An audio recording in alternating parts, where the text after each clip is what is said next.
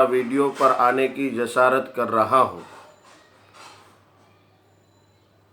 میں پہلے تو دعا کرتا ہوں کہ اللہ تبارک و تعالی تمام ہی سامعین اور ناظرین کو خصوصاً اور تمام ہی عالمی طور پر تمام انسانیت کو عموماً اس وبا اور اس بیماری سے حفاظت میں رکھے، اور اللہ تبارک و تعالی اس مصیبت کو اور اس بیماری کو جلد از جلد ختم فرمائے۔ کل جمعرات کے دن سے ہی آج تک سینکڑوں کی تعداد میں لوگوں کے فون پر فون آ رہے ہیں، بار بار سب یہی دریافت کر رہے ہیں مولانا جمعہ کیسے ہم ادا کریں۔ الحمدللہ امت مسلمہ بڑی ہی فکر مند ہے اور ہونا بھی چاہیے۔ ہم مسلمان ہیں، رسول اللہ صلی اللہ علیہ وسلم نے جمعہ کے بڑے فضائل بیان کیے ہیں، جمعہ کی بڑی فضیلتیں ہیں، لیکن وقت ایسا ہے، حالات ایسے ہیں اور بیماری ایسی ہے کہ اب سب ہی تشویش میں پڑے ہوئے ہیں۔ خصوصاً حکومت کی طرف سے بار بار احتیاطی تدابیر کے لیے حکم جاری کیے جا رہے ہیں۔ پورے ہندوستان میں لاک ڈاؤن ہے، اور میں آپ کو بتا دوں گزشتہ کل جمعرات میں بھی سعودی عربیہ نے بھی یہ حکم نافذ کیا ہے کہ پورے سعودیہ میں خصوصاً وہاں کی راجدھانی ریاض اور مکہ مکرمہ اور مدینہ منورہ میں بھی یہ جو ہے پابندی عائد کی گئی ہے۔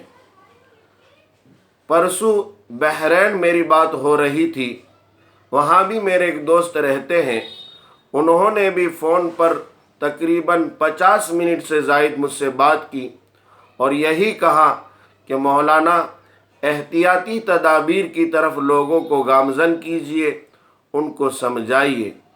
میں آپ سے معافی کے ساتھ ہاتھ جوڑ کر کہتا ہوں، حکومت کی طرف سے جو تدابیر ہمیں دی گئی ہیں اور جو احتیاط کرنے کا حکم دیا ہے، اس میں ہمیں حکومت کا سمرتھن کرنا چاہیے، ان کا ساتھ دینا چاہیے، کسی بھی طرح کی لاپرواہی نہیں برتنی چاہیے۔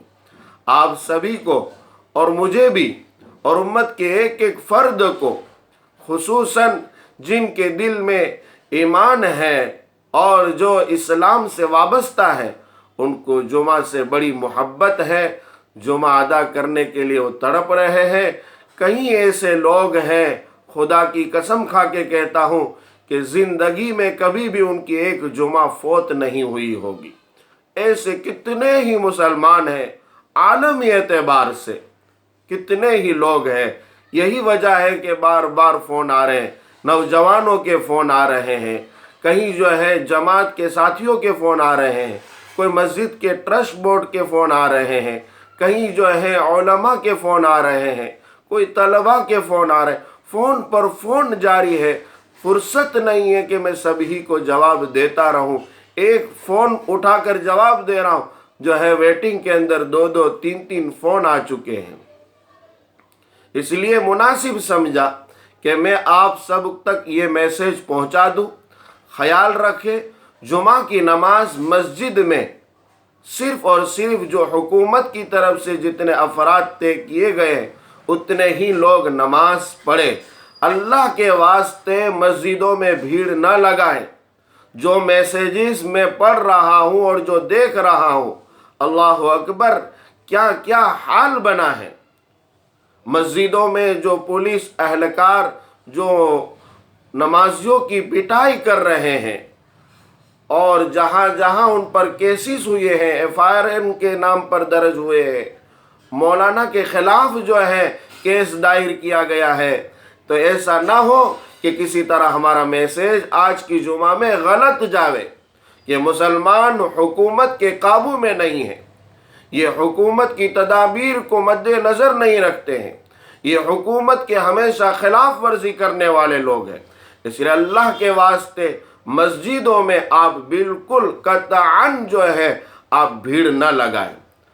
ہاں، اگر آپ کو جمعہ پڑھنے کا جو ہے ارادہ ہے تو فقہا نے آپ یوٹیوب پر، آپ فیس بک پر سرچ کیجئے، علماء کی لاتعداد جو ہے جماعت اس وقت اسی بیان دینے میں جو ہے مصروف ہے، بار بار چیخ چیخ کر کہہ رہے ہیں، فقہا ہوں، علماء ہوں، بڑے بڑے اطباء اور بڑے بڑے پولیس اہلکار بھی اس بات کو کہہ رہے ہیں کہ آپ اپنے گھروں میں نماز پڑھو، آپ اپنے گھروں میں نماز پڑھو۔